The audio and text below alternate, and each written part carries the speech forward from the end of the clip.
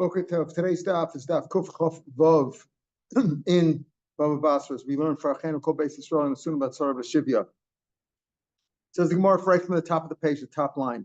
Amar Rav Huna Rav Asi B'chor Shem Micha. Let's say he objected, he protested. He said, "Look, why don't we split up now? I get a double share. Reuben and Shimon. Reuben's a B'chor, and Shimon is his younger brother." And he says, and he's entitled to 2/3 of the Yerusha. And he protests and he said, "Let's split up right now." And the other brother, maybe there's 3 brothers, whatever it was, Shimon, Levi, they don't bother with that. They go right ahead and they start working the field without splitting it up. They have, let's say the father left a field of grapes or whatever, a vineyard or olives, trees, whatever, and they don't split it up. So if he objected, he objected. That means if they improved it afterwards, what did we learn? That a Bechor only gets a double share in what's there at the time of death. If the brothers improved it subsequently, not if it improved on its own. If it improved on its own, we discussed that, right? We said that that if it improved on its own, really on its own, without doing anything to it, maybe he gets a double share in that. But not certainly if they improved it. If they improved, he doesn't. But here he said, "I want to split it up now." They didn't listen to him. They went ahead and they improved it on their own. He still gets his double share because he protested. He said, "I split it up right now." Amar Rabba Mistaver time at Ravasi, one of them is this probably speaking about where it was grapes that were cut, that were harvested, or olives, zasim, muskim, or olives that were harvested, that were plucked, that were harvested. But let's say they were pressed. In other words, that makes sense if you say the grapes were on the tree, the olives were on the tree, and he said, "Let's split it up right now." And they went ahead and they harvested it. Okay, even though it might be worth a little bit more now once they're harvested and they're ready to go to the market, but he protested, and therefore he's entitled to a double share in the grapes as they are. But let's say they were pressed into olive oil or wine. In the case of grapes, probably then it doesn't apply. Why? Rashbam explains because it's like a person who stole something. Remember, we learned back in Baba Kama that if you if you steal wood, let's say you built it into a table or a chair or something like that, you have to return the wood, not what you changed. You were konit with shine masa. By changing it, you transformed it into another item. You have to return the wood. You don't have to return the table or the chair that you built it. So here too, once you transform the grapes or the olives into into wine or oil respectively, then he wouldn't get a double share in that, perhaps. Rabbi Yosef disagrees. Even if they were transformed into another item, into oil or wine, says the Gemara. Now, so Ravasi said that once he transformed them, he doesn't get a double share in that. It's like they were stolen. It's like the brothers stole it from the Bechor without consulting him. He wanted to split it up the Yerusha right away, and they didn't bother. So once they transformed it, it's like they stole it. So he's not entitled to a double share in the oil or the wine, only a double share of the grapes as they were before. Rabbi Yosef says even if they were pressed, says the Gemara, Docham Mikar Darcham, if they were pressed, Mikar, originally they were grapes, Hashtacham, now it's wine.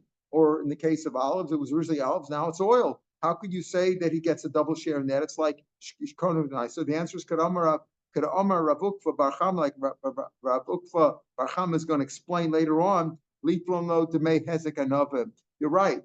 If they improved it, let's say they were grapes. The grapes were worth $5. Now it's wine. It's worth $15, worth a lot more. He's not entitled to a double share in that because it was transformed. It was like stolen. What does it mean over here?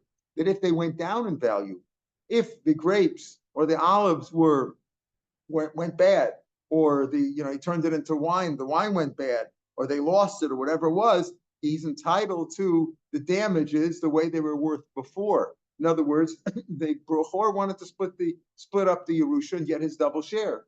They didn't bother. They went ahead and turned it into oil or wine, but they did it badly. They performed poorly, and the oil or the wine was worth less than the grapes or the olives. He's entitled to the double share of the way the grapes and the olives were. So there really no machlokas over here. Rav Asi says if they were pressed into wine, then he doesn't get a double share in there. Rav Yosef also says when he says even pressed into wine, doesn't mean that he gets a double share in the wine. It means if it was damaged, he gets a double share in that. Achanami knows lo tamei hezek, and if he gets the value of the damage, meaning he's got to be paid for the damage. He's entitled to the grapes or the olives the way they were before. Where was this said? Rav Meir says, you had a Bechor Pasha. Bechor means he's a Bechor. He's the firstborn, and Pasha means a regular brother. Sheniach Lenavi, and another father left over for them. Subatzrim, and they harvested them. Zeis and Muscamore olives, and they had harvested them. Bechor not to be Shnayim. Afilu Darchim, even if they were pressed, meaning pressed into olives, into olive oil or wine. It says Darchim Mikar Darchim. How could that be Mikar in Be Hashtachamra? Originally they were grapes. Now it's wine. How could you say that he's entitled to the double share in the wine? It's like they were calling it with a sheni masa. Amar Marukva Bar Chamas, who said Liklo Dmei Hezek Anavim. In other words, Marukva Bar Chama, he said his memra on this memra of Rabbi Mishmuel. Rabbi Mishmuel says that he's entitled, the Bechor who protested, and he didn't want to split it up, and the brother went ahead and harvested the grapes, harvested the olives, turned it into oil, and in that case he still gets a double share. How could that be? The answer is Rav Ukva Bar Chama explained it. He gets the damages, meaning that if it was ruined subsequent to the grapes, subsequent to transforming it from grapes or olives into oil or wine, respectively, then wine or oil, respectively, then he's entitled to the way they were worth before. So the idea here is that a Bechor is entitled to a double share, and if he doesn't want to split it up, if he wants to split it up and they don't want to, they have to pay, and they improve it on the road. Again, he's only entitled to a double share what they were worth at the time of death. But if against his wishes they wouldn't split it up, they went ahead and worked it without splitting it up, he's still entitled to his double share, even if it's worth a little bit more later on. Now we've learned that Yerusha happens instantaneously at the time of death. It goes to the son. So let's say in a simple case, a man died and left one son. He owns it right away. There's nothing to discuss. If he had two sons, so you have to split it up. They acquire it together. It's automatic, meaning it's theirs right now, but they still have to split it up. Who's going to get what? So you could say when they split it up, it was determined retroactively, each one was supposed to get what he was supposed to get. But there is a difference between the first share, the regular share that the brothers get, that the sons of the deceased get, and the Bechor. What did we learn the other day? A Bechor can renounce, he can waive his rights to the Bechor. He can say, I don't want it, because it's a gift. You can't force a gift on him. A gift is a gift. If he wants to accept it, he accepts it. If he doesn't want to accept it, he doesn't want to. Let's say for whatever reason, the Bechor doesn't want a double share. Whatever the reason is, maybe bad feeling in the family if he's smart, or just whatever the reason is, he didn't want a double share. So he could reject that. The debts. Pardon? Because of the debts. Because of but maybe because there might be a debt too. That's a valid reason. I don't want the responsibilities, and I don't want to get the money. That's right. So he can reject it if he wants to. But so what really happens there? Let's understand what happens there. Does he get it and then he's giving it back? Because we said, don't forget, at the time of death, the Yerusha goes to all the sons. The Yerusha goes to also, if there's one son, he gets everything, right? If there's only one daughter, she gets everything. At the time that it's instantaneous. You don't need any forms to fill out or any bezdin to ratify it or whatever. It's done. Okay, but if there's more than one son or more than one daughter, you still have to split it up. What about the chelik bechora? So they all own it together. They all own it together. But the chelik bechora, he could be mavata because he could say, I don't want to accept it. Now the question is, when does he get the chelik bechora? Amar Abasi. Now we're at the two dots halfway down on the page. Amar Abasi. Bechor shenato chelik pashut. Let's say he said they're splitting up. Now let's assume that the father had two fields, field number one and field number two. So they were separate. And the bechor in field, they were splitting up field number one. And the Bechor said, I only want a regular share. I don't want a double share. He said, Bechor shenat tochel b'ashut viter.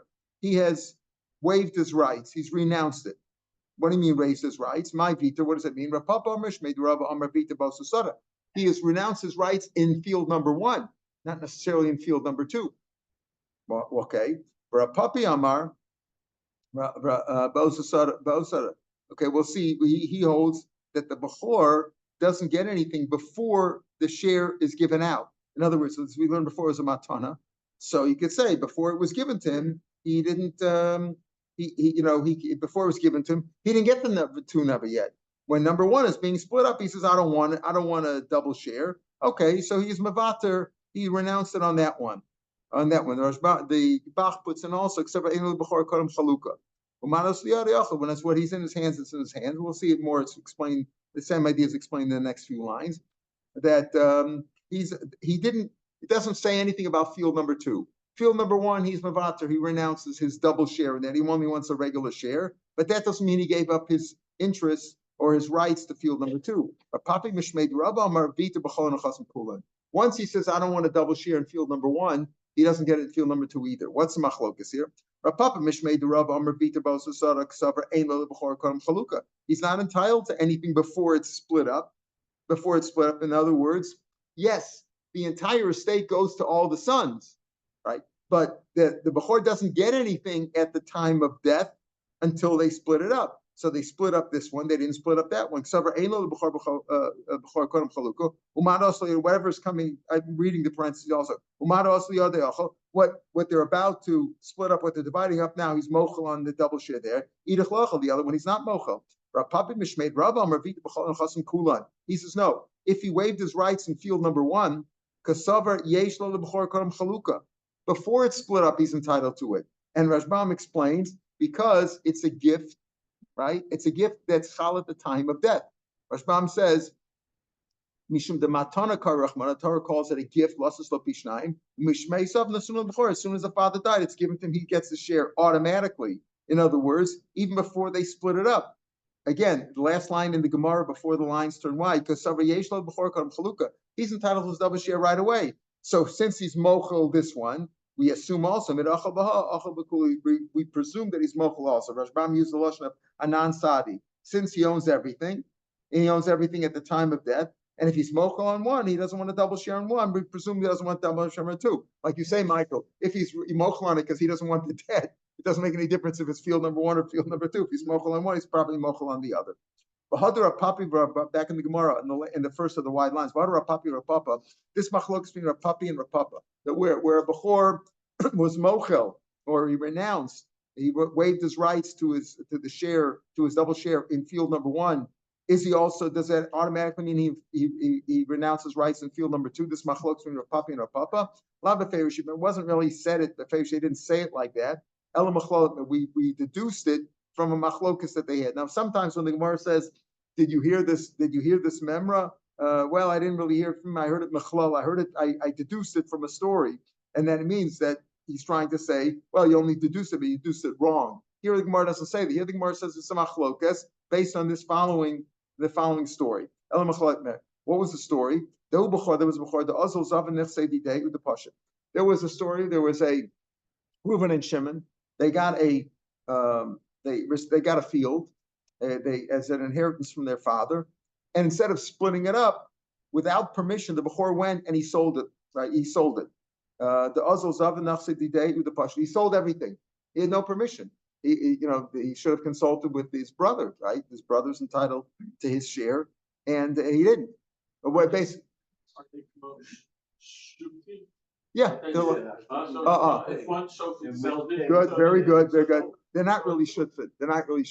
Shutfin, ma'ida asa, but ma'ida asa, what he did. Here they're not really a shutfin. There's a machlokas. Are they lakuchos or what? But they haven't split it up yet. Even the machlokas, after they split it up, what are they? But here they haven't split it up yet. So he's entitled to split it up right away. Everybody's entitled to their share. You can't take my share. It's not, we don't have to be partners. In fact, it's not advisable that the brothers should be made partners. They'll come to problems later on. Better they should each take their own share and go their own way. So at this point, he didn't have a right. He had no right to do it. Right? And Rashbam explains, and he didn't ask permission. Rashbam says it here somewhere. Rashbam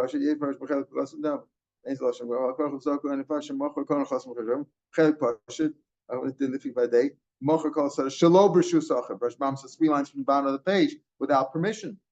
He was going to sell it on his own. He would have given him the money. He wasn't going to steal it, but he went and he sold it. Now, let's say the assume that presumably the Pasha then died when he heard that his brother sold his share. he sold the whole field without his permission. He had a heart attack and he died. And his Yisomim felt like they were always on that field. That was grandpa's field. So they went, Azal Yasmei B'nai Pasha, the sons of the Pasha who had died now, went, they went to eat dates in that field, like they had done when grandpa was alive, right? They used to go in that field. Mehana Lakuchos, from the people who bought it, who bought the field from the Bechor. Machinu, and then they beat them. The Lakuchos beat them. They said, kids, get out of here. What are you doing? They took a stick and they beat them. What are you eating these dates for? It's my field. Amr Lahu Krovim. So the relatives of the Yisam said, not enough that you bought their asset, their field. You're also going to beat them? You had no right to beat, you had no right to buy that field from the Bechor without the permission of their father, who is now deceased, right? But you're also going to beat them? So this question, also, so this case came also coming to Rava. They came before Rava to decide, was it a valid sale or not? The Bechor could say, I was selling it with the intention, I was going to pay him off, right? I was going to pay it off, and it was a good sale. Came for Rava Amalu, loss of klum. He hasn't done anything, meaning the sale was invalid. Now, that was the story. But what was the machlokas Rav Papi and Rav Papa in this? Mar Savar, one held, in other words, Rav Papi held lo asv klum b'palga. He didn't do anything in the half, meaning, let's say there was only two brothers, right? Reuben and Shimon. So Reuben was going to get 2/3. Let's say when there's two brothers, what do you do with the field? You divide it into 3, and the Bechor gets 2 shares. He didn't do anything on the shares, the half that he was entitled to as a pashut and his brothers, meaning loss, or said lo klum, meaning loss of klum. Rashbam says at the top line, well, he's not entitled to do anything with that because it hasn't been split up. But he can't do it. He can't even sell his own share because it hasn't been split up. He has not defined what his share is yet. And certainly the share of his brother. What about the double share, the extra share, the 3rd share that he was entitled to? He's entitled to it right away. Before it's been split up, he's entitled to it. In other words, the Bechor can go ahead. Again, what do we have? We have a field. It was owned by the grandfather Yaakov. Yaakov died, left it to Reuben and Shimon. Reuben's a Bechor. This field is now divided into A, B, and C. Let's say C is or let's even say better, A, B, and C. You want to divide it into 3, right?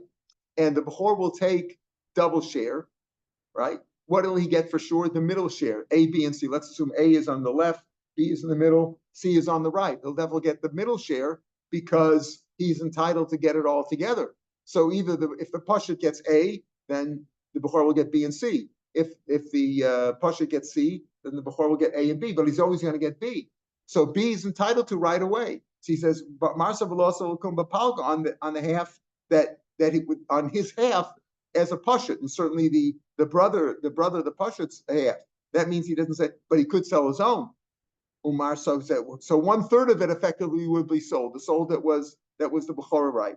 Umar Savar Bakulu, and says no. And the other Rav Papa will say no. Loss of Lakum, he can't sell any of it. Why? Alma Emo Bechorah Kadam Chaluk. He's not entitled to anything. Before you split up, he's not entitled to anything. You got to split it up. So again, what does that mean? It means that when the father died, yes, instantaneously it goes at the time of death. It goes to the sons. If there's one son, fine, it's done. But if there's more than one son, you have to split it up first. Is the Bechor entitled to his share before it's split up? Rav Papa says no, he's not entitled to it until they decide to split up. When they split it up, it's determined what's his. Rav Papi says no, he's entitled to it right away. Again, the lashon of Rashbam over here is Mishum Dematanaka Rachmano Mishum Esav, and the Summa Bechor, it's a gift. As soon as the father dies, it's gifted to the son automatically. The Hilchasa, even though Alma Ein Lo Bechor, even though we say over here Lo Asav Klum, that's a sent from Eretz Yisrael. Bechor Shemach. Here he says Lo Asav Balka Umar Sav Bakulu Bakul Shochmi Tam. The second line of the Gemara.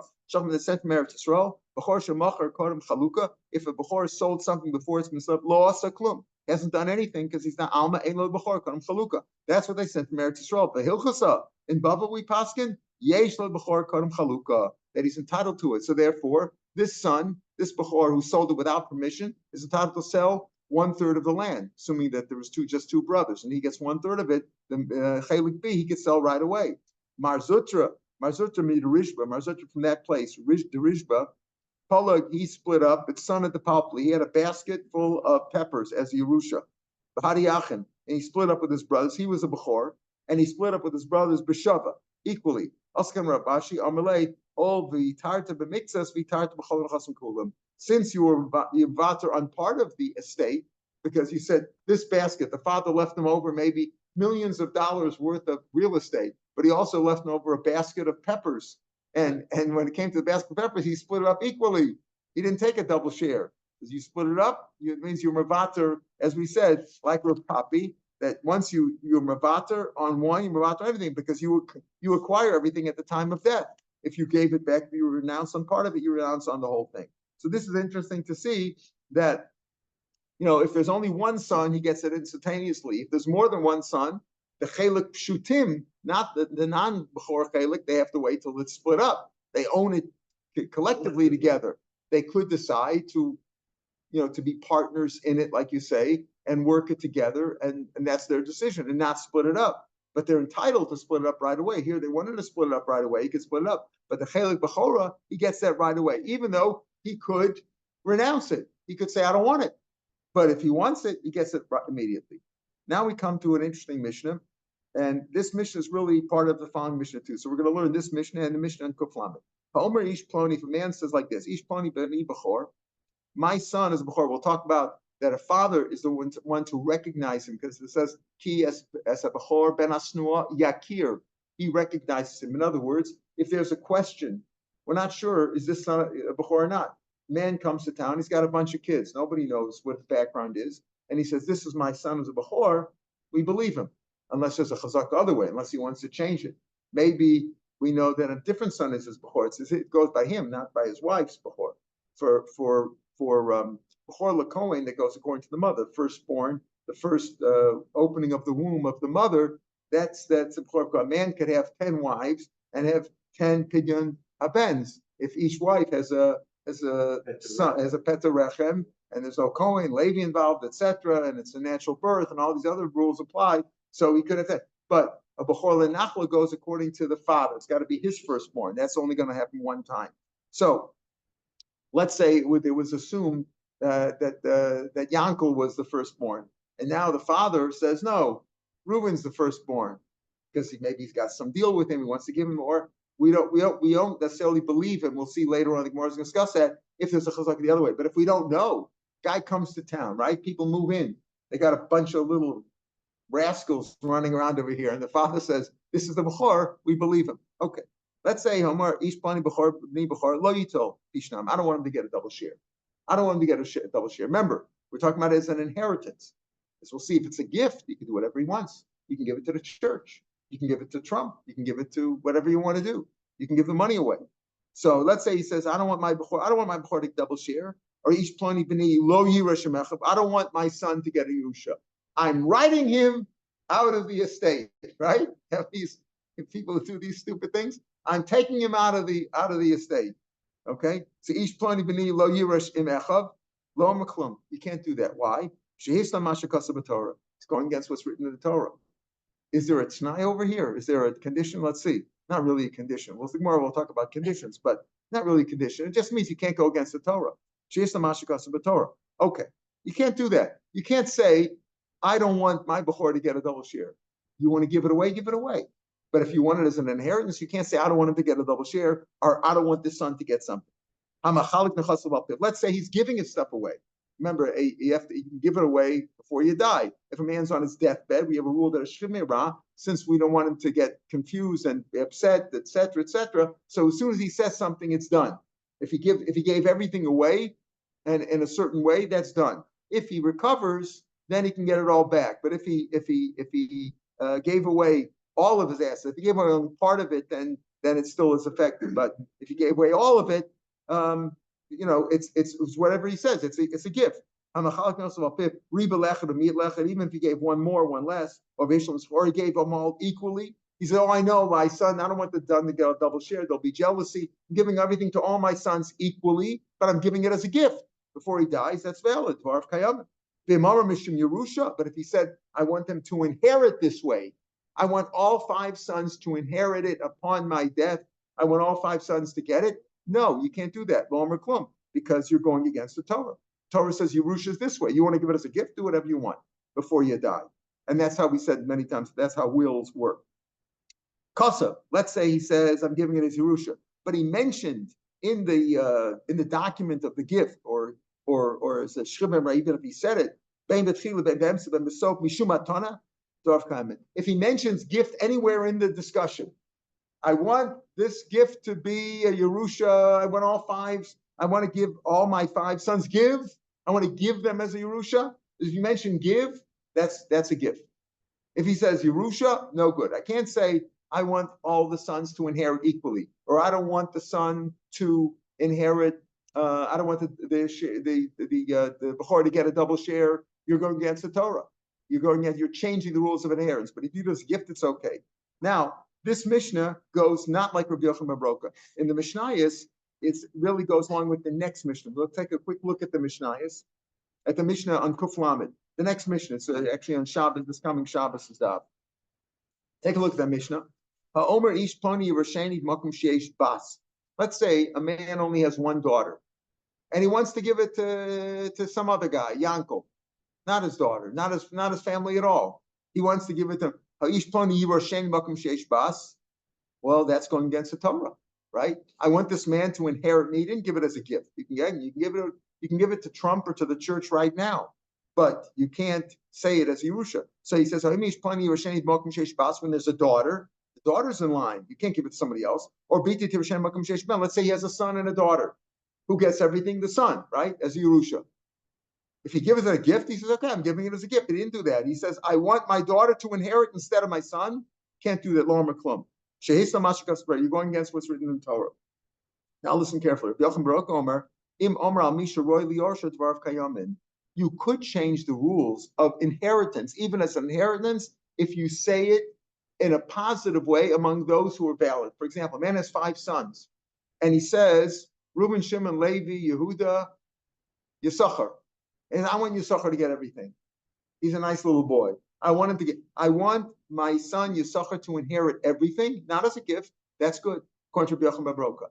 Our Mishnah doesn't go like that. Our Mishnah we just learned on Kuf Chafav on base doesn't go like that. Rabbi Yochanan ben Broka says you can't give it to Yankel instead of my sons as a Yerusha. Again, as a gift, anything you can do anything you want. But as a Yerusha, you can't give it to somebody else who's not in line to inherit.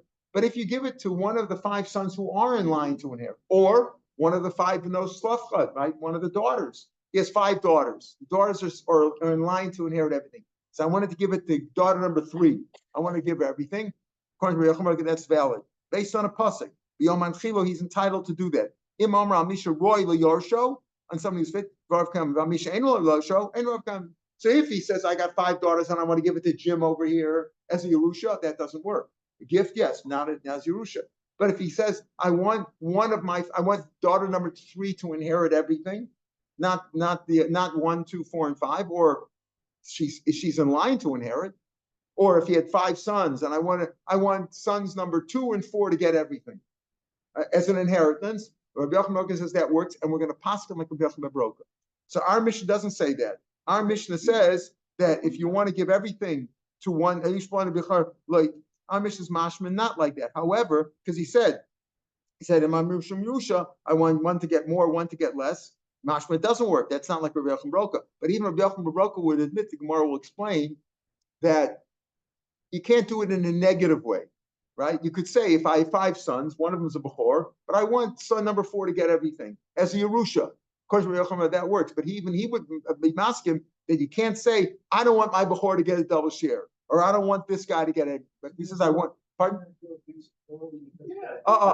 So it doesn't go against the Torah. So we'll see on Shabbos' Daf. We'll see that he learns it out of a pasuk, because it says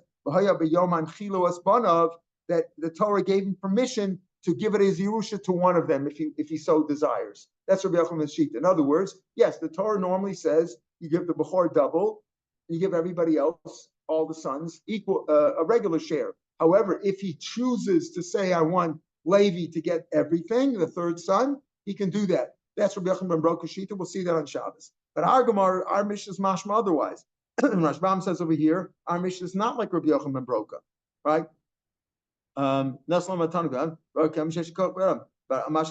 if you do as Yerusha, and this goes against Rabbi Yochanan ben Broka, we're going to see later on we pass on Rabbi Yochanan ben Broka. So that's what our Mishnah says over here. We're assuming now you can't change anything unless you do it as a gift.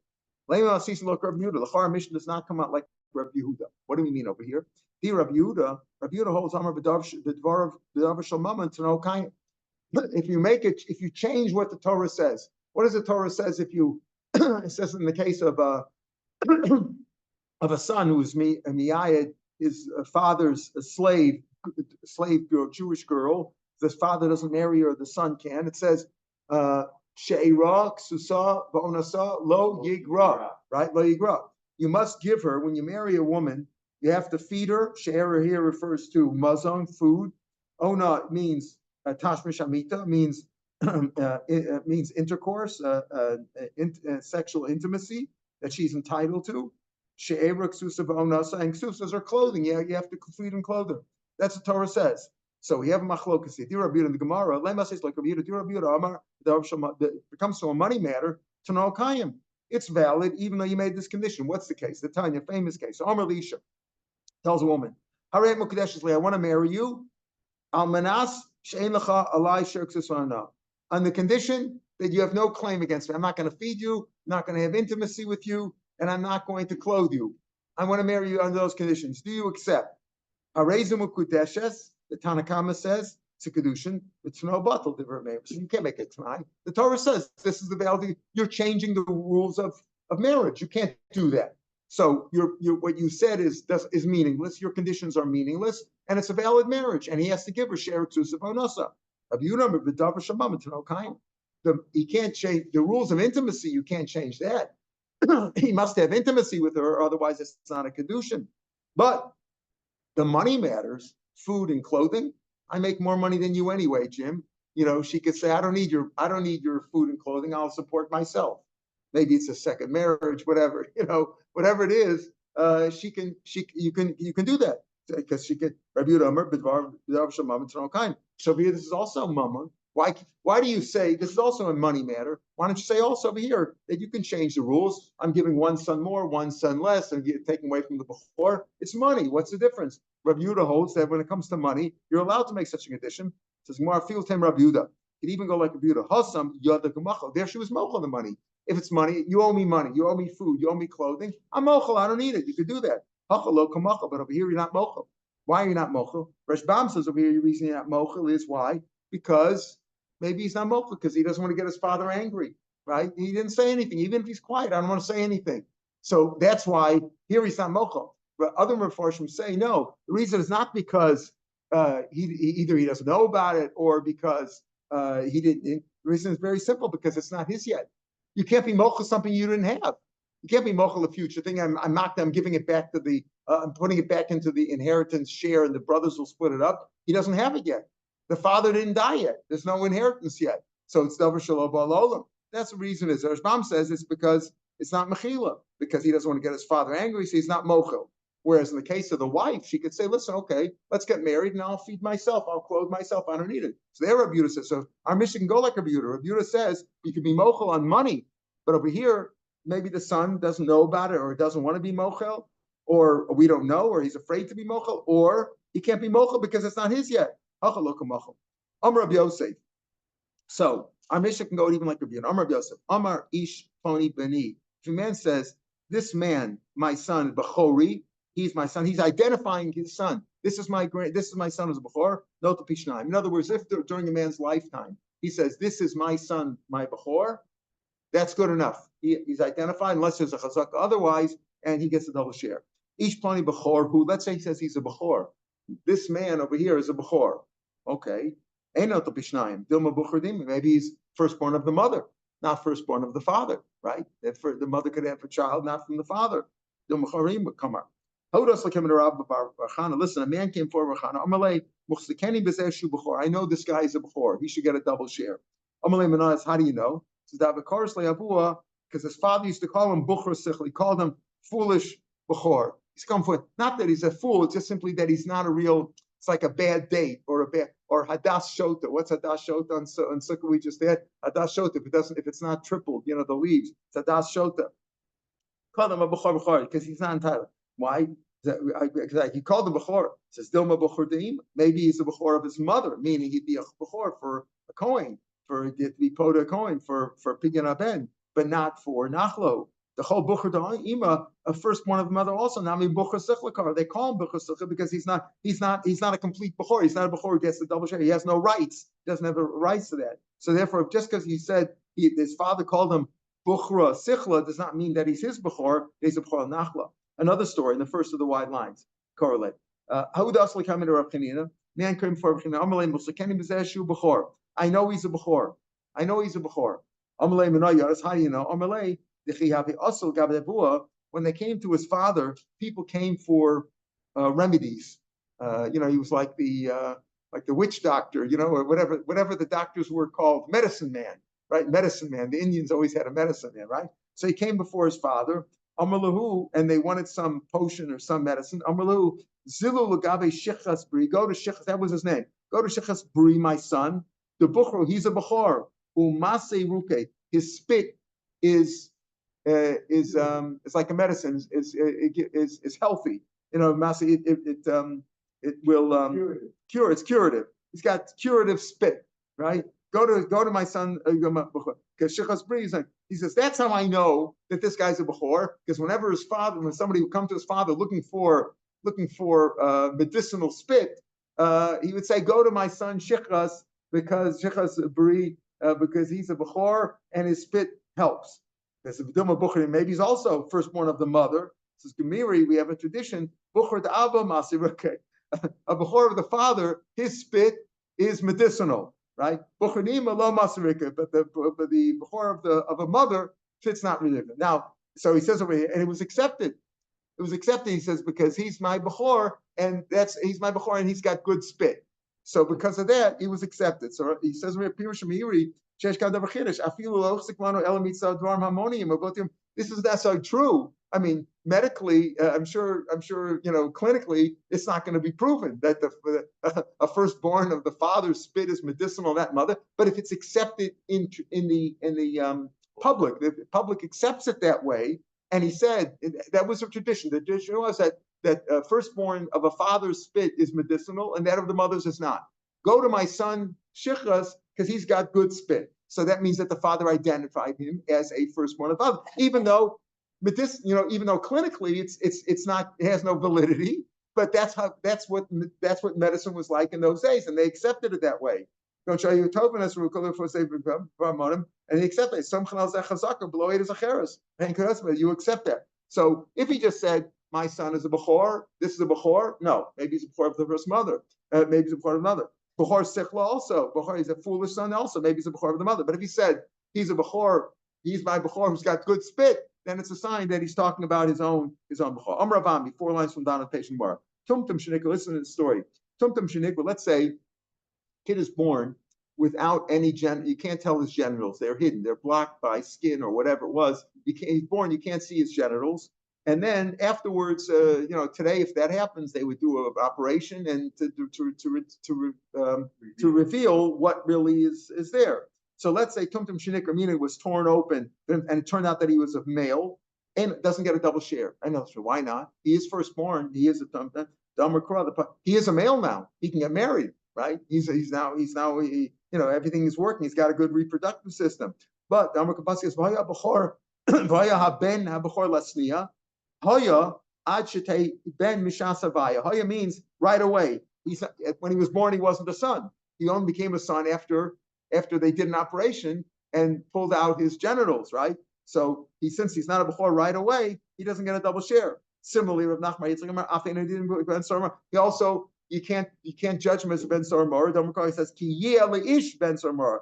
As soon as he's born, as soon as he's born, as soon as he's in the world, he has to be a ben. So over here in this case, a person who's born as with a tumtum, even if he's a bechor, doesn't get a double share if it turns out he's a firstborn male. And if even if he's not a firstborn male, but he turns out that he's a male, he can't be a ben soror because he wasn't a ben from the time of birth. A maimer is another case.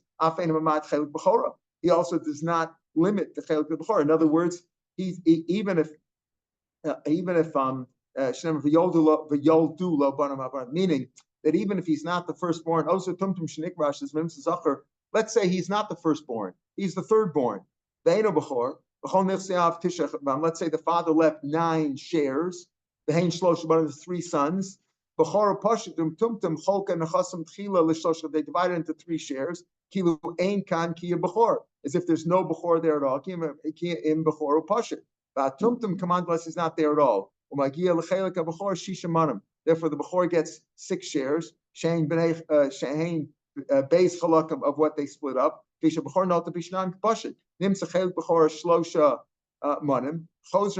Then they divide up the other 6 manim. Hanosarim ben shloshtan. Nimsa bechor noto chamisha manim. Atumtum aposhet notum kolechad shnei manim. In other words, he doesn't diminish the size of the bechor. Even if he's the thirdborn or the secondborn, he doesn't diminish the size of the bechor, and therefore the bechor gets more than simply 2 shares over here. He gets more than that because he doesn't. The tumtum doesn't diminish that size. He would get half of the whole Yerusha, right? Half of the whole, and the other 2 brothers would divide it up. So there is a difference there if he limits the size of the chelik bechor. Why? Because it says the yoldu lo banim achie ben b'shas leida. So therefore, even if he's not the bechor, he doesn't limit the size of the bechor by being a pashet. Rav Shapiro he doesn't also get even if it turns out that he was his genitals are found before the bris, before the 8th day. He also is not nimush shmona. Damakar isha kisas real v'yoldu zacher v'b'yam mashmini imo ad she'zacher mishas later. So apparently he doesn't have any rules. In other words, he doesn't have to get. He doesn't have the rule that he has to be circumcised on the 8th day. Presumably, he needs circumcision, but not saying that. His mother's also not tmeya as leda, which would be for a male 7 days of tumah followed by 33 days of netar. As soon as it's born. In other words, either it says havaya when he's born, the older at that time of birth he has to be a son, or it says the old at the time that he comes out into the world, at the time when he's born, he has to be a son. So in all these cases, if he's born as a tumtum, and it turns out that he's a boy, all these different rules don't apply. All right, we'll pick it up here again tomorrow, Mr. Have a good day.